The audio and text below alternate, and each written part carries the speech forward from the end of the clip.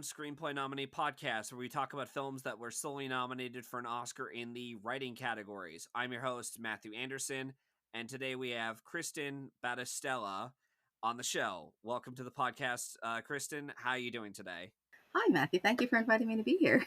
Yeah, sure. I'm glad you're here on the show, and unlike my last episode, I'm actually feeling a lot better than I was before. I was battling a bit of a cold.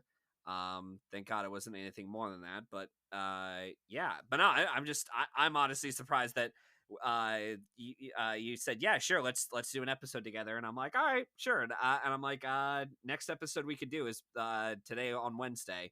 So that way, at least I get a little bit more. I get to use my next week cycle of free days off from work to just focus on editing, and because the last couple episodes have been more like just cutting it down to the wire for leading up to the bi-weekly episode release. But this one, I'm like, no, I get to relax a little bit, but I still have to edit it. But yeah, anyways. So yeah, so like I said, thank you for being on the show. Before we dive into our episode talking about one of Stephen King's better adapted, or at least more critically acclaimed adapted works, I have some general questions I ask my guests. First off, I want to ask what it is you do, for a living, or do you have like another podcast you do, or anything else you're on outside of being a guest on here? Because I'm pretty sure you'd mentioned before that you're on other podcasts as well. Mhm. I guess most people probably heard me on the Women in Session podcast at InSessionFilm.com. So that's really nice that we get to have a couple different women or a couple different diverse guests that get to have different unique topics on film. And, the owner of the site there, JD Duran, has asked us, like, why you talk about things on that show? And I'm like, just because one of us has an obnoxious opinion. We just have to get out. We have film opinions. That's all. Yeah.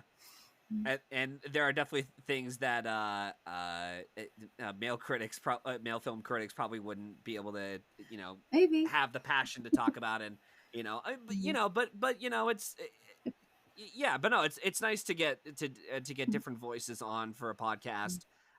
It's a bit repetitive and a bit boring in my opinion to just have the same people come on and say the same things over and over. And it's nice, even if it is, even if one were to disagree with the other, it's always nice to have every once in a while be like, oh, there's actually something, like, oh, you have a different opinion on said film, or oh, there's a different topic you want to talk about. And that's pretty cool that In Session podcast allows that. And I'm pretty sure Zeta Short was on Mhm. your Yeah. podcast. Yeah, she was on mine last year. I haven't Mhm. gotten a chance to speak with her on doing another episode, although I might want to reconsider doing that, because I would like to have her back on. It just so happened that the movie we ended up talking about wasn't that compelling of a watch. It was just like, It I has. and I and I and I like her as a guest. I do, and I liked, even if there are some very hot takes that she has as a Yes, for she some of the does. films, I do like her as a film She's great. conversator, Mhm. so to speak. But it's just the movie she chose just happened to be one that we weren't really that passionate about. Therefore, it was like, God, I Mhm. wish we could be passionate about this, but we're not. But anyways, it happens sometimes, where it's like you're hoping that one of you is passionate about the project, or the film, but alas. Um, so yeah, so that was my first question, and the other one, it's a typical question I ask. It's always tough to ask one, what's your favorite film? Although some people I've already asked this question have been like, oh, I already know what my favorite film is. Instead, I just want to ask, what's a genre that you love to watch, or one that you would consider like one of your favorites or your favorite to Oh, watch? I'm a horror movie buff mostly, but ironically, my favorite, I will answer you. That's The Searchers, which is a western. It's not a horror movie, but and now we're here in September on the cusp of October, so now I'm excited that everybody else is into horror movies now too. Yeah, yeah. God, yeah. There's so many horror films I got to get around to. I still haven't watched any of Mhm. the Friday the 13th movies, save for the really shitty one from 2009. That's Oh, the only Friday the 13th movie I've seen, and I'll wow. try to fix that down the road. I don't know if it'll be this year though, because I have work schedule, and then it's like, all right, I only have 2 days off. One's for either podcast stuff, for stuff I got to watch for upcoming awards season and such. And yeah, so we'll see how my schedule goes. I don't know. Maybe if I'm on my flight down to San Diego visiting my cousin later in Mhm. October, I'll see if I can watch some kind of horror movie. But we'll see. Mhm. But yeah, horror. Yeah, that's a genre that a lot of my other guests have been. Mhm. They've also considered to be one of their favorite genres, if not their favorite genre. I think Miles Hughes was also one. He was on for the Knives Out movies, and he's from Awards Radar podcast. In case my guests aren't familiar with who he is, but I believe he'd also mentioned horror was another favorite genre of his, uh, and yeah, I could definitely see why though, especially with uh, if nothing else, we're getting a lot more interesting films from directors who are taking on horror and then taking on non-horror projects. You get someone like Sam Raimi, James Wan's Mhm. another director, uh, and yeah, God, I'm kind of blanking on some other directors right now who've dabbled in horror, but I mean, I guess we, to sort of deep, segue into our topic. Stephen King is also familiar with, doing having his books adapted into horror films as well. Mhm. Some good, most of them bad. But yeah, but yeah, I guess, now is kind of a perfect time to sort of segue into our film discussion, which is Stand By Me. We're going to be talking about the 1986 film directed by Rob Reiner.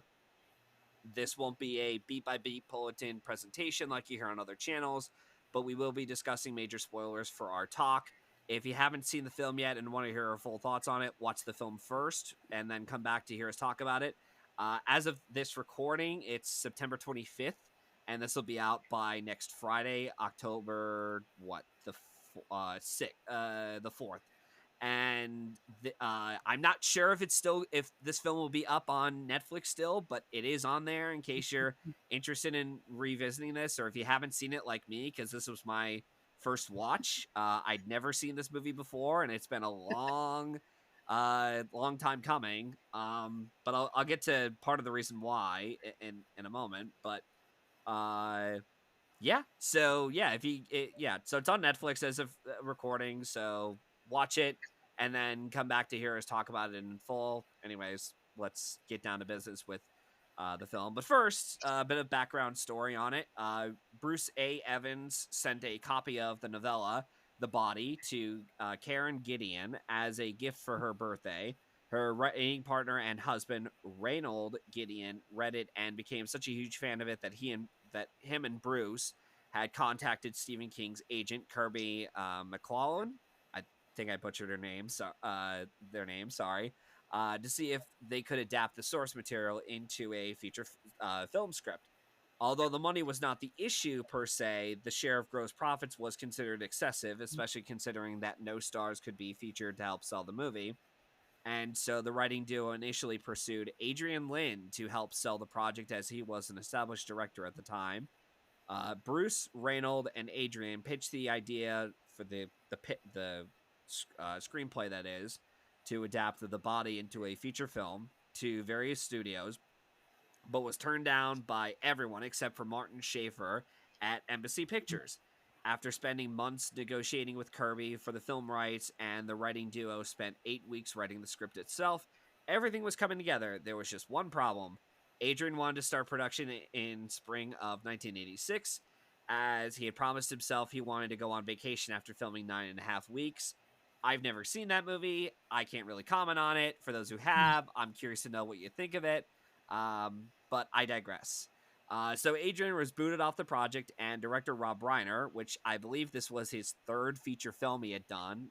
One of the films he had done was This Is Spinal Tap, which is very interesting to go from that to this down the road. And then to do, The Princess Bride, and then A Few Good Men, When Harry Met Sally is another one. It's like, Jesus, okay. So anyways, so Rob Reiner came in to fill in for his shoes as a director on the film. The one suggestion that he did give to the writers was to put the focus on Gordy, who, quote, didn't feel good about himself and whose father didn't love them. And through the experience of going to find the dead body and his friendship with these boys, he began to feel empowered and went on to become a very successful writer. He basically became Stephen King. At least that's what Rob Reiner said in quotes.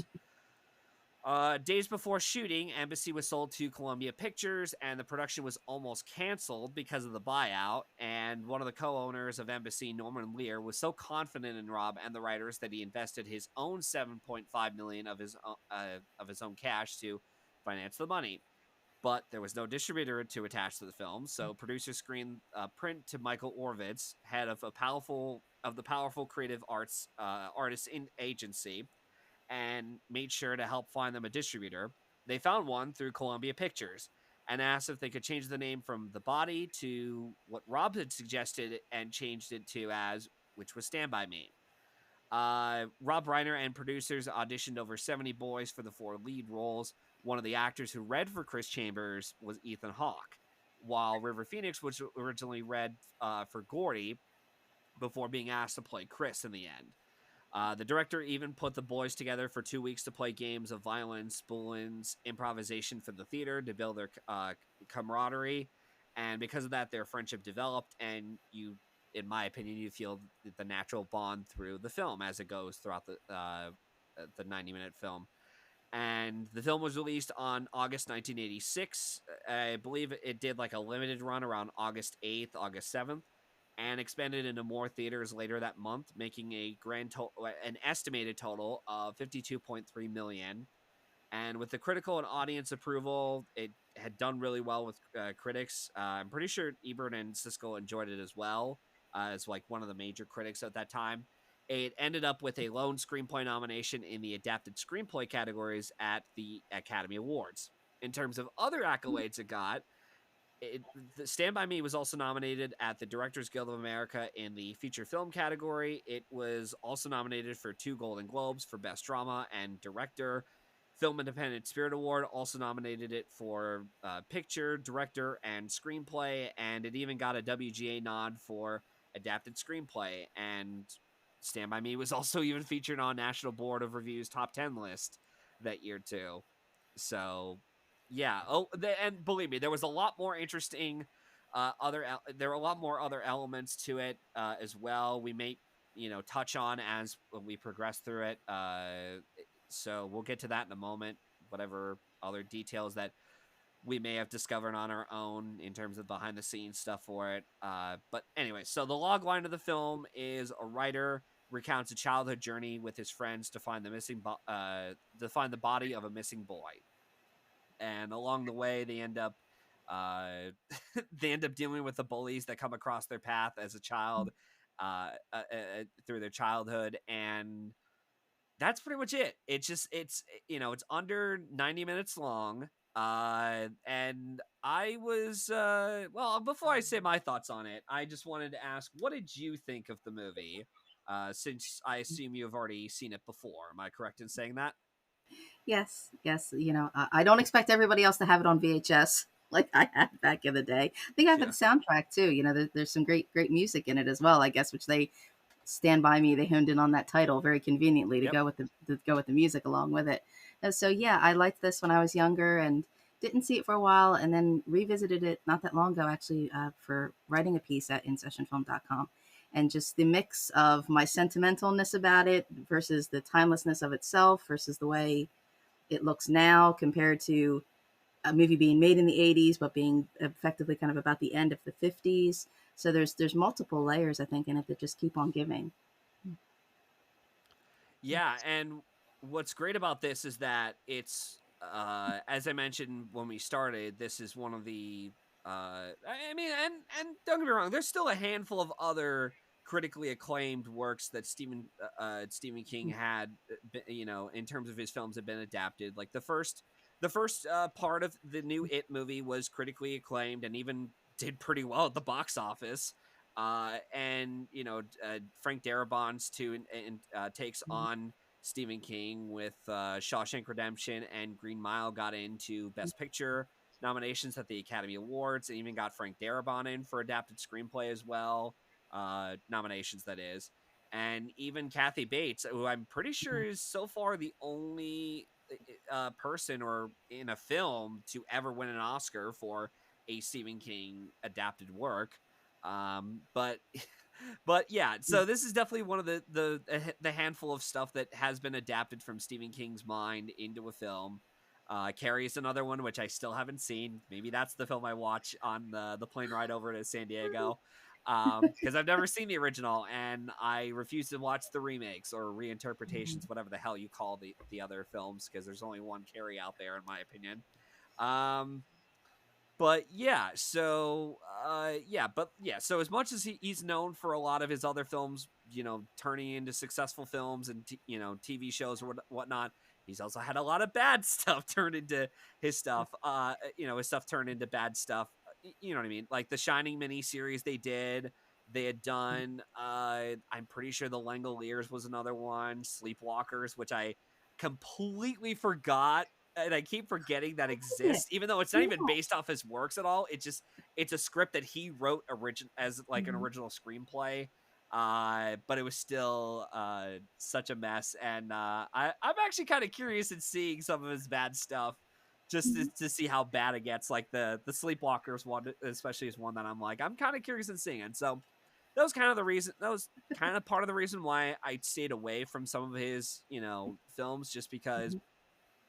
not saying that this one was, I knew ahead of time that this was getting enough good critical acclaim.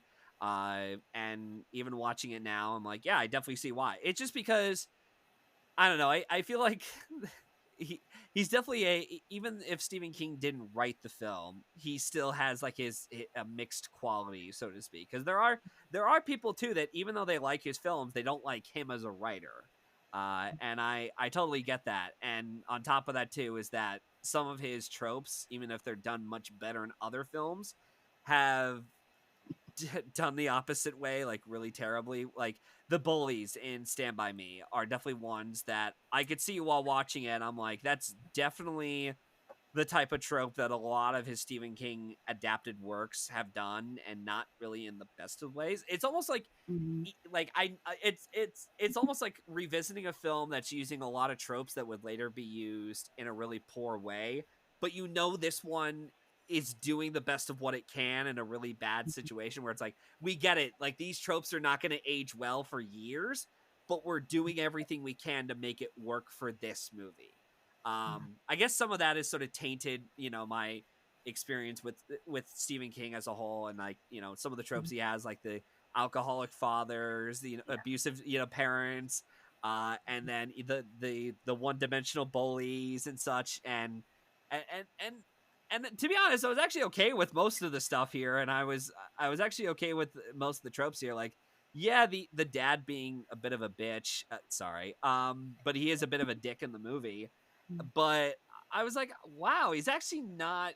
He has played a little bit more realistically than the other overbearing fathers, Mhm. or in like the It miniseries, where it's like Beverly's dad is just an alcoholic, Mhm. abusive father who slaps her around, and I'm like, like, come on, like this is a bit much. But here it actually felt a little bit more believable, especially with how they're reacting to Gordy's brother, who had died in a Jeep accident. When we don't really know too much about what happened with the accident, all we know is that he was killed in I assume, an oncoming collision or whatnot.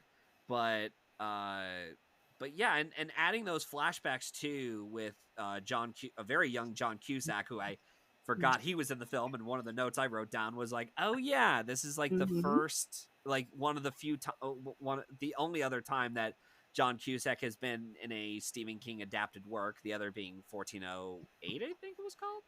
Yeah. Yeah. So yeah, but no, overall though, I still enjoyed the film, and I definitely see why it had such a cultural impact on society, and even especially from the 80s, because this was definitely the kind of film that I could buy a kid wanting to watch. In fact, what's even funnier watching it is, outside of some of the violence and maybe one use of the F word in a sexual term, I really didn't see this much as like an R-rated movie. Like, I could show this to, like, maybe I could show this to a couple of teenagers and be like, yeah, you'll enjoy it. It's not really, it's more of like a light R, Mhm. but still, I was still entertained. I could see why this could be a bit of a cultural impact for kids, especially those who grew up in the '80s. Uh, and yeah, I think just overall, like just as we're starting off with the episode, I just think overall it's a good movie, and I definitely want to see a little bit more of Stephen King's better works adapted into film. In fact, there was one part of the reason why when I had asked you to come onto the show and you gave me some options. One of the things that I realized when you said Stand By Me, I was like, oh, perfect. That's actually kind of in perfect timing, especially when I believe a couple weeks ago we had just heard about The Life of Chuck, which is based off of one of Stephen King's short stories, was not only adapted into a feature film by Mike Flanagan, who is also a big Stephen King fan and also has adapted some of his works on TV and I think for TV. I could be wrong, but definitely for film. And he had won the TIFF Audience Prize, and I'm like, I just in case this becomes like an Oscar player of some type, we don't know if it is because right now as we're recording, there's no distributor announced for that film. But I thought, you know what? I think it's time I throw this on, in the mix of like, let's watch something of Stephen King's adapted works. Um, but yeah, that was one of the many reasons as to why I'm glad you chose this as one of the selections you had. Um, so yeah, so I've already rambled on a little bit. So I just want to ask from you, was there anything that you specifically enjoyed about the movie personally? Well, it is now it's cliche coming of age. You said all these tropes, but it was like this is almost kind of the movie that maybe established those kind of tropes. And people were surprised that it was a Stephen King story because everybody loves Carrie, everybody loved The Shining, Christine, and around the same time here was like Creepshow and Creepshow 2, which were other little Stephen King little comic book. He shows up in some of those movies. So I don't think people expected this to be a Stephen King story and be so good. And it is just a very it is very tender or very fond in a weird way.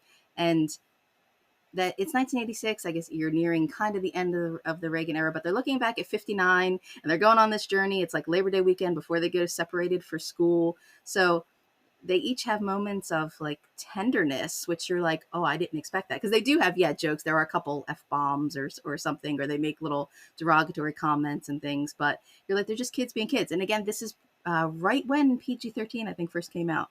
So yeah, people were surprised that, these kids have a gun, or they're talking about some of these topics. And I think the framework of it is very shrewd with that the writer bookends because like you said, the bullies are so over the top, but then you realize, wait, well, Gordon's supposed to be narrating this and he's writing the story down. So how does he know that they were being bullies and playing mailbox baseball while they were on the journey? So, and then there's golden, like the way it's filmed, that there's a certain like patina or something when you do get those flashbacks with John Cusack. So it's like the writer is allowed to embellish or look at these things through these rose-colored glasses, and so I think that automatically connects with the audience's nostalgia as well. Yeah, and the way I saw that with the bullies, even though we are focused on the boys, but the bullies do come in every so often. I thought that was more of a way of not just tying into the story because we do have to feature the conflict at the end, especially when we've already established the bullies at the beginning, and obviously the point of nostalgia, like this is what teenage life was like for the '80s for the rambunctious rebel kids. But I kind of saw it as a little bit more as like we have to sort of expand the length a bit because it is under 90 minutes long. It's only 88 minutes long, and this is based off a short book. And I can't remember. Excuse me. I can't remember if the Shawshank Redemption was also a novella. And I'm looking through right now if it was. Yeah, so it was a novella, and that was that was close to 2.5 hours long. But they had to, expand more in characters, being able to, get more sucked into the story because of that. And I think that's something that Rob Reiner and the writers probably wanted to do by adding a bit more depth, not depth, I would say, but like add more time to the bullies. And yeah, with the bullies though, I was actually, again, I was surprised that sure they were a bit chaotic and a bit much, but they weren't so, they didn't become this like cartoonish villain, Mm, kind of characters. Although the one thing I did like about it, the first chapter of it, the one that came out in 2017, was that at least they kind of made sense as to why the main bully mm, character would be so psychotic, because he has an abusive dad who also mm, pushes him around and even tortures him a bit, and it made sense as to him passing that on to other people that he terrorizes. And I thought that made a little bit more sense, even though it's still in that cliches of what Stephen King is known for doing. mm, Um, but yeah, that element of it was interesting, for sure. mm, And I'm trying to even think of other elements. Yeah, so there was that, and then obviously we could also while we're at it, we might as well talk about the four boys in the film. Will mm, Wheaton, who played Gordy, mm, River Phoenix, the late River Phoenix playing Chris Chambers, Corey Feldman, who played Teddy, and Jerry O'Connell, who played Vern Tessia, which I cannot believe that's Jerry O'Connell. Are you are you sure? Because mhm. there's no way this is the same guy from Kangaroo Jack Yeah. and Scream 2. It's like, are you sure? Because I feel like we're getting punked here. There's no way this is the actual guy. Um, but yeah, sure enough, it's him. What did you think of the four kid actors in particular? Oh, they're very impressive. And it's like, yeah, Kiefer Sutherland is like the big brother bully or something. And it's almost like Yeah, the bullies are more there because of the choices that the four boys have to make. Because like Chris River Phoenix says, like they expect me to be bad. Like he's kind of punished for something he doesn't do, or he comes from the bad side of town. And like he has some really, wonderful scenes, tearful scenes. And so it's like they're at the like cutting these boys off at the pass. Like, are they going to go join the gang and be bad and do the wrong things? Or are they going to, it seems weird. Like the movie's about, it's okay for them to admit they're sensitive, that, Gordy's not like his idealized football star kind of brother, and like, and yeah, they pick on Vern, Jerry O'Connell. And knowing what we know, I think also just weighs on the movie because you just have to wonder, yeah, what else happened in these boys' lives. I mean, we lost River Phoenix, and Will Wheaton has spoken about all the mental health issues that he's had. And yeah, oh Jerry O'Connell was on like a couple other TV shows, like My Secret Identity, I think, or something. He went, yeah, he had to go through a glow up because, like, body shaming and of course all these behind the scenes things, the abuses that happened with like Corey Feldman and Corey Haim. So it's like, yeah, these were kids dealing with a lot of heavy things at the time, and then these heavy things kind of coming out on screen, you know. They seem so much older than they actually are, but yet looking at them now, you're like, oh my God, they're so little. Yeah, like I can't believe their yeah. faces. Like they look so tiny. But they each have moments where they cry. And it seems like it's so shocking in the movie that it's okay to cry. And they have a gun and they see a deer and they get scared. And it's just in the 80s, people didn't talk about that. And the fact that it's also takes place in 1959, so it's like they're on the big things going to change, come 1960. They're going to go to school to separate, and the way there are a couple times when they pair off together at different pairs at different times too. So it's like they're already kind of growing up and disconnecting from each other. So I think they really kind of carry it. I mean, you're along the ride with them through all their little adventures. And again, how much is the writer embellishing? Like when they're, the train is coming, or when the dog is Yeah. chasing after them, or when the leeches, like there's so many like adventures along the way, but they just take time to be like, I'm not okay with this. I'm not okay with what's happening in my life. Well, one thing I really appreciated about, and I did not expect to see this from a commercial director like Rob Reiner. Not because he's a hack or anything. He's not. He's a very talented director. I just didn't. Usually when I see a lot of commercial directors take on a project like this, or even do something like the train scene, they'd overemphasize it by not just creating the Mhm. sound effects and the tension building with the editing, but Yeah. also use a lot of loud music. That unfortunately we're stuck with now in modern day movies. You look at Yeah. something like All Quiet on the Western Front, where it's like you don't need this loud, Mhm. bombastic score to emphasize some of the horrific moments of World War One. You already have that based on the sound work and the cinematography you're using for the film, guys. But I was really impressed that Rob Reiner just did not use a score for that train sequence. I was like, wow, like there's no music in here at all. And And I was actually quite impressed. Like he actually said, like, no, we're not going to use a score yeah. here. I kind of wonder if that was a creative decision from his part, or if that was the composer saying, no, we are not Yeah. doing a score. Just don't put any music here. It's much better for it. But whoever's idea it was to not use the score for that scene, it worked really well, and I Yeah. I miss that kind of thing for movies. It's like, just use it when it's appropriate. Don't use it all Yeah. the time. Um, And that's because not it something just, everybody yeah, would notice either, because you've no, got like they've got their little transistor radio with like lollipop playing, like, and you don't even realize, yeah, you're like, oh yeah, it's the 50s, that's right. Like you don't even realize that's the only music. And the camera both is up on their faces, like sometimes slow motion when they're like, run, Harry. But yeah, then there's like wide shots. And even though they're walking on train tracks, or they apparently play there a lot, you expect them to know. But then like it doesn't even occur to you, like, oh, maybe there'll be a train. And he keeps like going, touching the tracks, and there's big wide shots of it, but then there's also like, yeah, they're up close, they're scared. So yeah, I guess Reiner in turned out was the correct director, because now you look back and you think like Adrian Lin, like you're like Flashdance would be slightly different, yeah. would have been a different Um, take.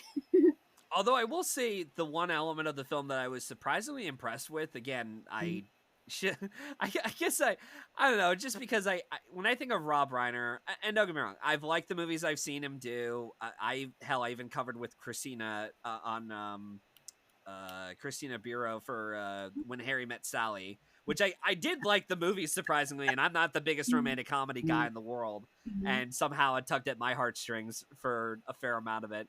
But one thing I was really impressed with was the fact that it's like a really decently composed movie. Like the cinematography is actually quite good, like in terms of like composition. And one of my favorites was when the Jerry O'Connell character finds out from his brother, who, by the way, is played by Casey Samasco. I think I butchered his name, but he was in the first two Back to the Futures, and he played the guy with the 3D glasses, one of the Biff bullies, Yeah. his buddies. And I didn't even realize that was the guy until as we were recording. I'm Yeah. like, wait, what the hell? He's in this movie? They've got like that, yeah, Um, duck grease hair and their little white shirts with their cigarettes rolled up. You're like, wait a second. yeah, and he's wearing the 3D glasses the whole Yeah. time. It's like, yeah, talk about another 80s classic I grew up on. And yeah, like some of the way that was shot from, like, the kid's point of view, Vern, as he's looking up through the the little peephole through the boards, and he's looking out through the as he's looking through whatever it is that the fence or whatever underneath the boards. I don't even know what the hell it's called. I'm It's not like really some that good. kind of lattice. He's under the house at the Yeah, beginning where he forgot his pennies. yeah. And that shot when the boys are walking away, I thought that's a really inventive shot. Like, I didn't even think about, like, again, like, Rob Reiner, like, I don't know. Again, whenever I don't know, it's just, maybe it's just because whenever I associate commercial director, I always think more of like the lesser skilled directors we have out there now, that aren't even pushing on to this kind of thing. It's as I said, it's funny when nowadays we're in this era where it's the horror directors who have to come in and do these commercial films like James Wan or Sam Raimi, when, like, Sam Raimi, especially when he moved on from the Evil Dead films and he did the Spider-Man trilogy, like he added a lot of like visual unique flair and style to those films. James Wan, when he did, the first Saw movie, and then it went on to do Furious 7. Hell, even Peter Jackson, when he did Heavenly Creatures and The Frighteners, and he did the Lord of the Rings movies. Like, there is such unique style in those movies that you just do not get, and unfortunately, we still don't even get that from the Rings of Power show, which is something that, I mean, it's one of the many reasons why that show does not work. But yeah, it's just I really am surprised. Rob Reiner is actually a lot better of a commercial director than I'd given him credit. and I guess. even Christina and I, we were talking. Long story short, but we were talking about on the episode from When Harry Met Sally. I had Mm, felt at least one of the reasons why maybe Rob Reiner just didn't get his Oscar, acclaim or nomination like other directors would, like Spielberg or Scorsese, is just because he's more known as like a commercial hit director, and he's not really the kind of like auteur kind of filmmaker he is. But mm, I feel like, yeah, maybe maybe it really is. I'm starting to think maybe it is because like you need to have the right film at the right time to yeah. and really showcase your strengths as a director, even more so to get into that director lineup. But we'll talk more about the Stand by No, Me, like I what yeah, happened there in a I moment. think But yeah, go he ahead. just he had to do with the material like the best he could, and Yeah, once people knew it was a Stephen King story, I think everybody would be expecting all out horror, and he knows that's against him. So, and I think the movie's well paced. I mean, they go on their journey, but it does start up in the beginning, like background of each boy, flashbacks, and then it is very kind of rushed at the end. They find the body, that's it. They go home, they go their separate ways. So, but in the beginning, he has to establish the relationships with the characters. So I think he does do that through some of those scenes. Like, yeah, Vern is the fat one who gets picked on. He's hiding under the house. He's avoiding his brother who's in the gang, but he's hearing this whispers about the dead body from them.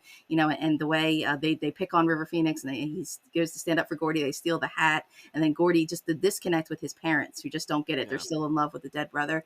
And Corey Feldman having those moments, like he's always worried about like rage and Texas Rangers and wants guns and everything. But then he has that moment where he's defending his father who has some kind of shell shock or something, but apparently does beat him and everybody knows it. And he's like, no, I love my old man. And Gordy's like, I don't understand how you could love him when he hits you. And he says, no, my father was a war hero.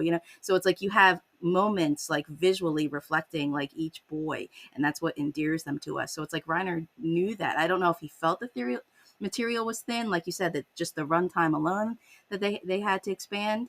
But it's like you each boy, and like you're on the road for them when they're like, yeah, let's go see a dead body, which starts out so fun. They think they're so excited. They've only got like $1 or something to buy yeah, food, but then as it goes along, it gets very serious, and they're like, this isn't a good thing, and then when they find the body, they're so like confused, like he doesn't have shoes. That's the one thing they notice. Like he yeah. got hit by the train and like it blew him right out of his shoes.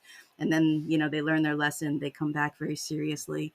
So it has a very bittersweet kind of bookend to it. And I guess like Reiner knew how to hone in on that, which yeah is impressive. Yeah, it is. And the other element to it I didn't even realize, which is something that I probably wouldn't even realize at all until they brought it up in the narration, was I didn't realize that Corey Feldman had the burnt ear until the narrator brought it up. I was like, "Oh shit. Wow, I didn't even realize that." Like that's kind of that's kind of fucked up. Wow. But really, really, yeah, good enough makeup effects for that. Because there's no way they'd actually burn his ear. Like I've seen the Lost Boys. He does not have that kind of ear. Even I saw some of that shitty Lost Boys sequel, and I'm like, no, he does not have a fucked up ear. Um, No. but yeah, but yeah, and yeah, River Phoenix. God, man, it's just like it's another great actor Yeah. taken away from us way too soon. And Mm-hmm. I've this is now the second film of his that I've seen. The only other one I'd seen was The Last Crusade, and even though he's Oh, only in it for like the first 15, 16 it's very minutes of that, memorable.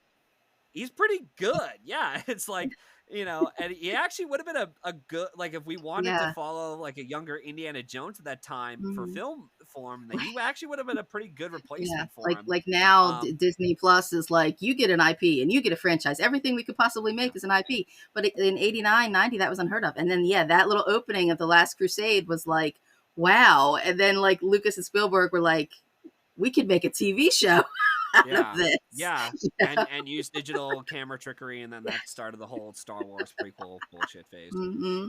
Mm-hmm. Yeah, but yeah, no, River Phoenix, yeah, he's really good in the movie, and he's got a couple of great moments in the film too. I do want to see more of his other films. I haven't seen his Oscar nominated performance with River Running on Empty. Running on him. Yeah. Um and I'm curious to see how he is in that film, but I'll watch it down the road. And then My Private Idaho was another one he had Yes. done. Mm-hmm. Um, I know he had done a couple other things. I think he even worked on. He worked with. He might have worked with Ethan It was Hawke on something. Explorers was I think right Yeah, before this. I think so. Mhm. Um, but yeah, and then Will Wheaton, who I didn't even realize he had his own mental health issues. I was Mhm. not aware of that because I found out through watching Nostalgia Critic that Mhm. apparently he was on the Star Trek show, Mhm. and they played a clip from the Flubber review, with Patrick Stewart saying "Shut up, Leslie." Yes. So I was like, okay, that's kind of funny. But yeah, I didn't realize, and Mhm. apparently he's also Will Wheaton also has narrated numerous audiobooks, including Ready Mhm. Player One and The Martian, which Mhm. both got Oscar nominations in their own Mhm. respective fields for their feature films. That is, uh, yeah, but yeah, no, overall, it's a pretty solid Stephen King adaptation. For at least a feature film. I can't really say too much about how does it compare to the novella from The Body. Mhm. Is it just as much of a faithful adaptation as The Lawnmower Man, or is it as great Mhm. as his other works? But no, joking aside, though, I think it's a pretty good movie. A couple other notes I did want to bring up though was that when when we start off in the 50s, it reminded me a lot of the like you could pluck this story and put it into the same one as Shawshank Redemption just because of the feel of it, and obviously where it's located and time period is roughly the same, which that's a movie that I would like to revisit down the road, Shawshank Redemption, because it's been a while. But I'm curious to see how I'm going to think of it now, especially with my unfortunate growing disdain for Thomas Newman as a composer. Save for one film he's done that I liked, his music from. The others, I'm just like, I respect him as an artist, but talk about a movie that misuses, the scores Mhm. is inappropriately used throughout the film. So we'll see how I feel about Shawshank. But I remember liking The Green Mile. That was pretty good. A bit long, but still good. But yeah, no, I definitely see why this is held up in such high regard for a Stephen King adaptation of his, and it's one I would definitely recommend, even if it's one I don't think it's as great as some people do. But I still liked it overall. I thought it was I, pretty good. I wonder how old the audience has to be, because I'm old enough to remember it from then, but I don't know if an adult now can go back and look at it and appreciate as many things. Maybe you have to be kind of a youthful audience to see this again, because yeah, I don't know if but then at the same time, yeah, do younger people understand the whole, this is how movies were in the 80s, and no, this is actually taking place in the 50s. So I feel like there's different levels, I guess, to study for different audiences. But I do think it's just it is so sentimental, and in a way it is kind of timeless, and it will get you. I mean, I was fine rewatching the whole movie up until River Phoenix is waving and disappears, and then like Yeah, the boom boom boom kind of Stand By Me lyrics come up, and you're like, oh no, oh no. yeah. So it is, I don't know, very loss of innocence, kind of bittersweetness to it. So I mean, and there are funny parts in it, the whole little lard ass kind of little goofy skits, and they think they're so existential. They're like, "What's Goofy?" Pluto's the dog, but how come Goofy wears clothes? These are like their little Yeah. existential, like little kid questions, and like, you know what? Hey, we're still asking that question. Yeah, yeah, yeah. Whenever I see a film with barfing on film, I'm always like, no, just. And I get it. That you can do some comedic possibilities with it or some zany shit going on with it, but I will say the Triangle of Sadness one when they start when the one person started vomiting. I remember when I got really violently ill and I had to do what she had to do. And I was thinking to myself, yeah, I think Triangle of Sadness is actually one of the few times where that kind of projectile vomiting actually is pretty accurate for what it is. But with this one, I'm like, I'm at least glad they changed the color because I don't know, I just get kind of a bit nauseous whenever I see that on film. I'm like, nah, I don't want to watch it. Um, but that's just me. So, yeah, I don't really have too many other notes to be honest. Just like it's pretty good for what the film is doing. Um, And I could understand, yeah, you're kind of questioning like how old or how young do you have to be to enjoy this, but I think I definitely know that teenagers would definitely enjoy this for sure. Again, there's not a whole lot here to make it an R rating. Again, they only say the F word like maybe once or twice, Well, but I mean, compared to today, they think they're being brave because they stole like one dad's gun that they fire like yeah, once to scare the bad guys, and you're like, oh, these kids only have one gun. I mean, look what our kids today have to deal with instead. So yeah, this is kind of unfortunately, lighthearted to them, you know, yeah, simpler times apparently. yeah, yeah, and God, yeah, that's unfortunate. I forgot about that. Um, But yeah, no. But other than that, though, yeah, Stand by Me, pretty good movie. I enjoyed it. I would recommend it. I mean, obviously, if you've gone this far into us spoiling it, sorry, I guess, for spoiling the movie. But we warned you. It's like every other episode, we tell you ahead of time, like this is a spoiler discussion. But whatever, I digress. So yeah, I guess we're just gonna move on to our next section of the show, which is the Oscar, awards prospects. Did you feel that this was warranting of its lone screenplay nomination, and would you have nominated this for any other categories? I don't know, because this you had me think on, because if you get the screenplay, what they're trying to do, like I said, with the writer bookends and that nostalgia kind of glow to it, and that there's embellishment or lessons learned along the way, like we are all kind of looking back at our childhood, and maybe that's how it happened, maybe it wasn't. So like if you get the screenplay as a whole, and yes, the journey is well paced, and okay, it has abrupt kind of beginnings or endings or something. So yes, it is a well written screenplay, and adapting material that was short material to expand. Um, but do I think it deserved anything else? I'm not sure, because I mean, compared to the other Best Picture nominees that year, you're like, oh, okay, this is a tiny little movie in comparison to Platoon and A Room with a View. You know, I Yeah. mean, I dare say, knowing what we know now, I mean, I dare say, would you have given River Phoenix a supporting actor nomination for this?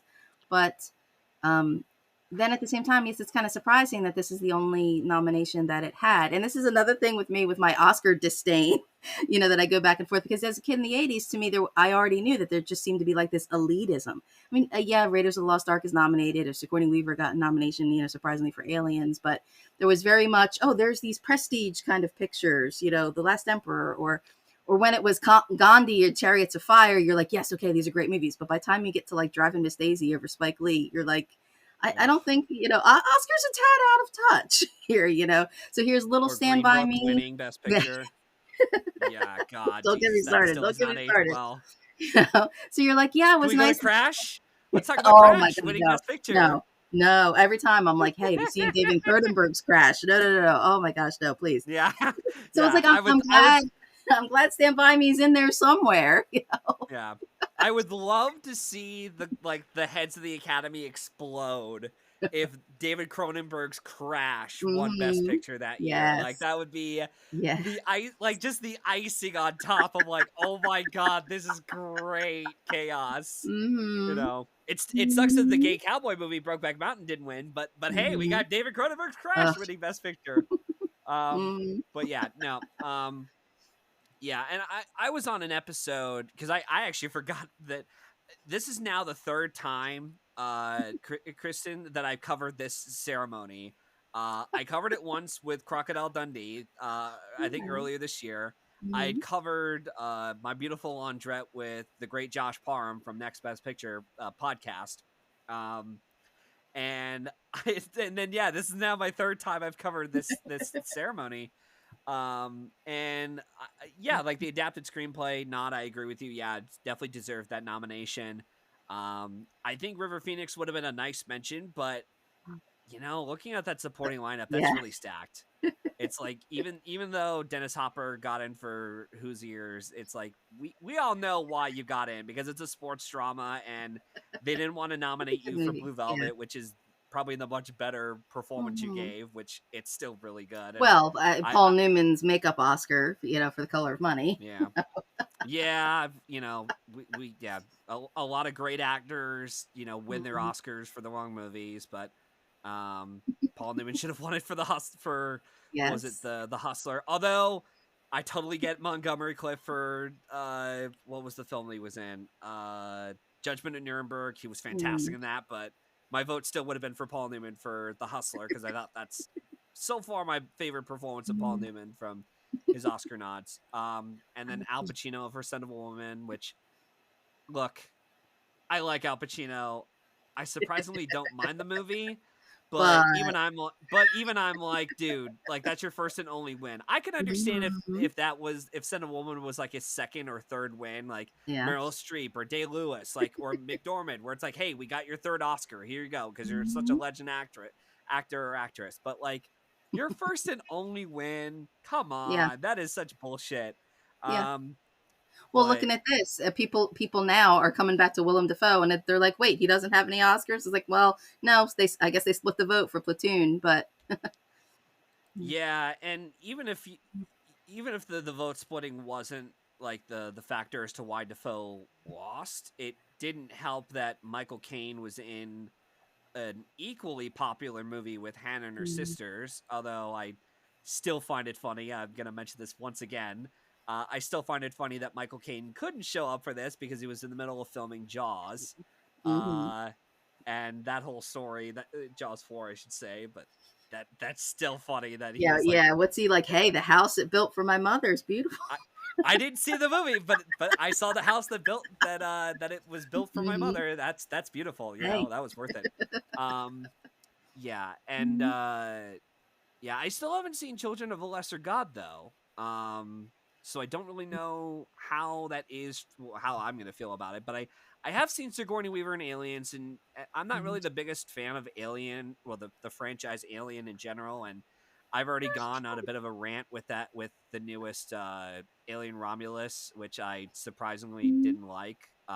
Even though there's a lot of elements that potentially could work, but yeah, the only one of the franchise I like is Aliens. That's it. Like I've seen every other Alien movie, and I think by the time I got to Resurrection, I remember telling my brother who was like a big Alien fan for some reason Mhm. still, and I told him, well, like, at this point, I don't care if these films are bad anymore. I just don't want the next one to piss me off. And if it manages to not piss me off, then we're in the clear. Prometheus, I think it's okay. Like it's got, and I mean What could have we can go on, been? Yeah. yeah, we can go on a bit of a.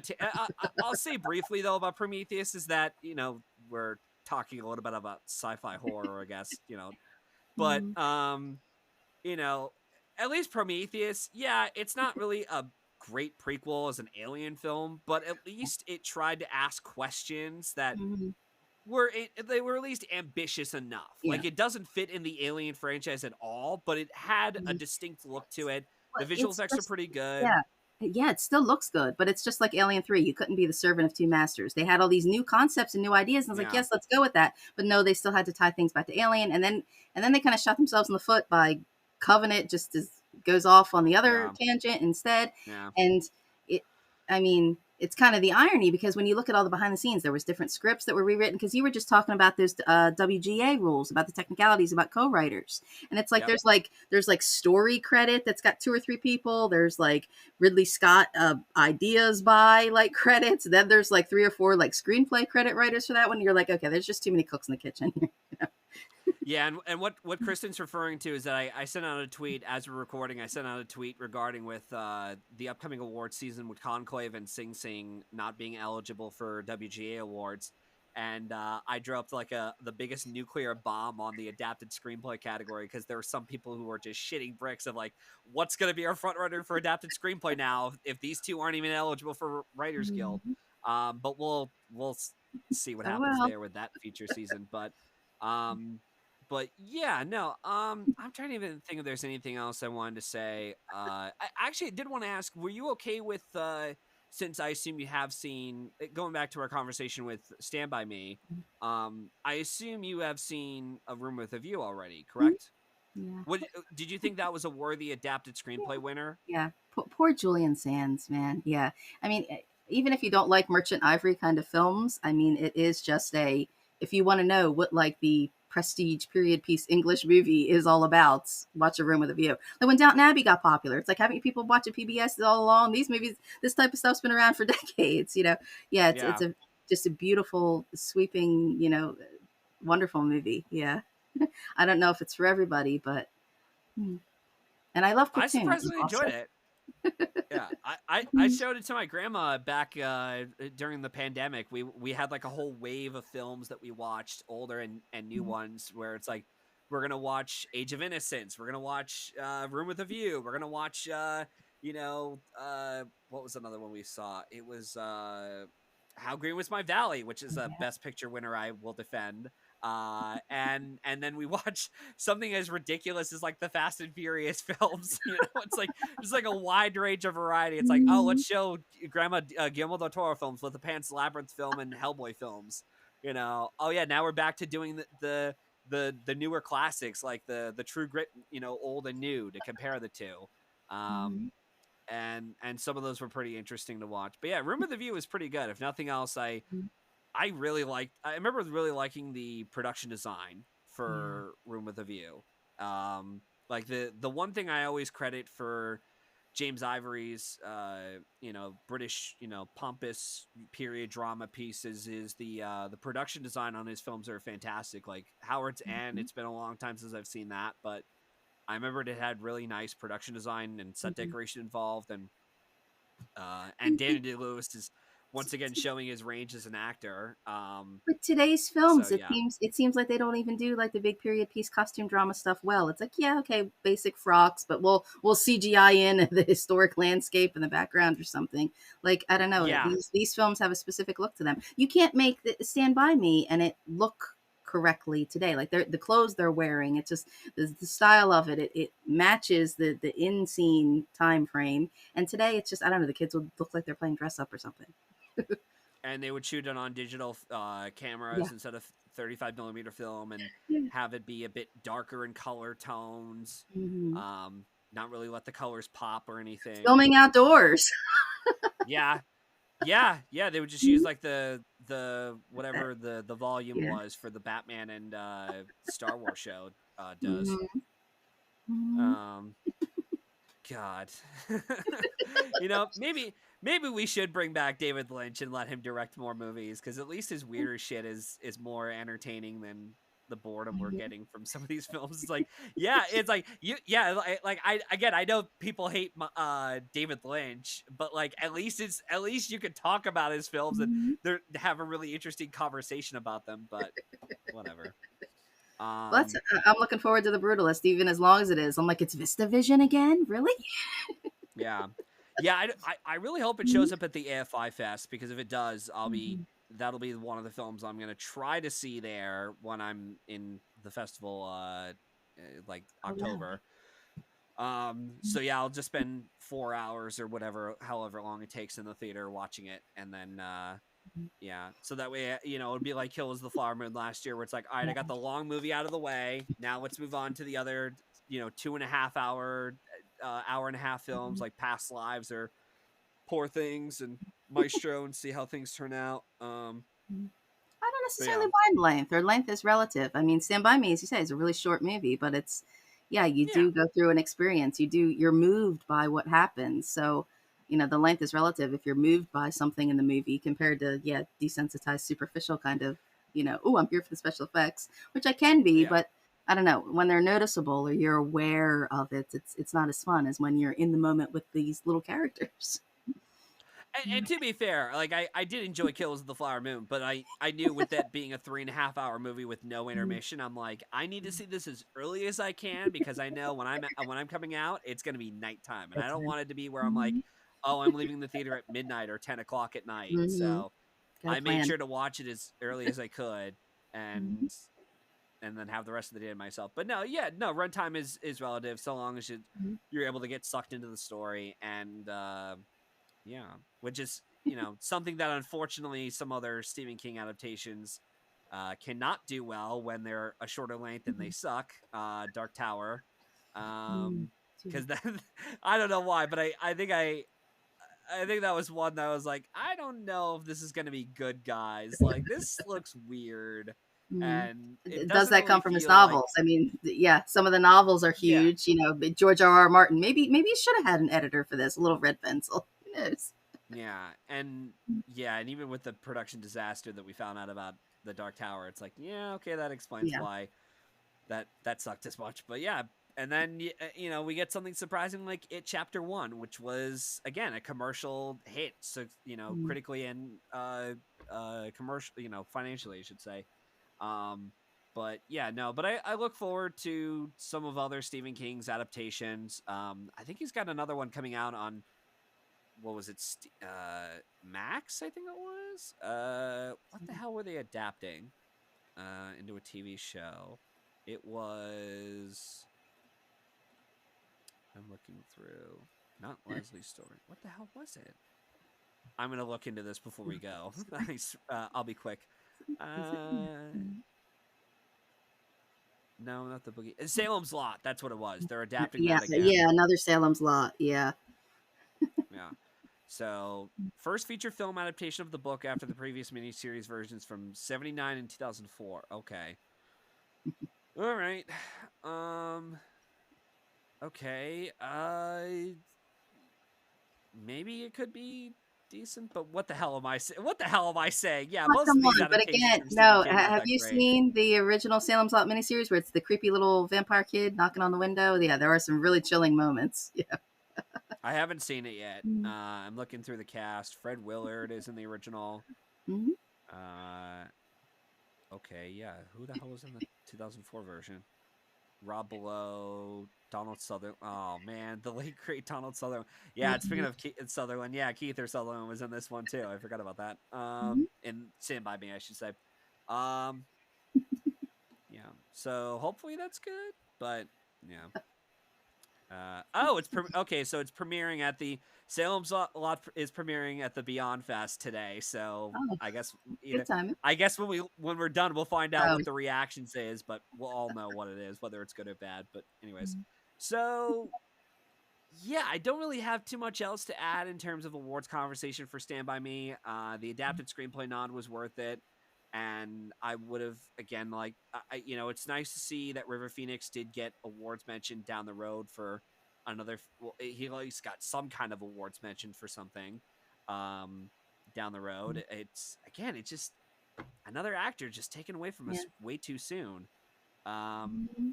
but yeah, yeah. So, anyways, yeah. So, like I said, thank you for dedicating your time to be here on the show, Christine. Oh, thank you. Before we sign off, is there anything else you'd like to plug in, or where listeners can follow you along afterwards?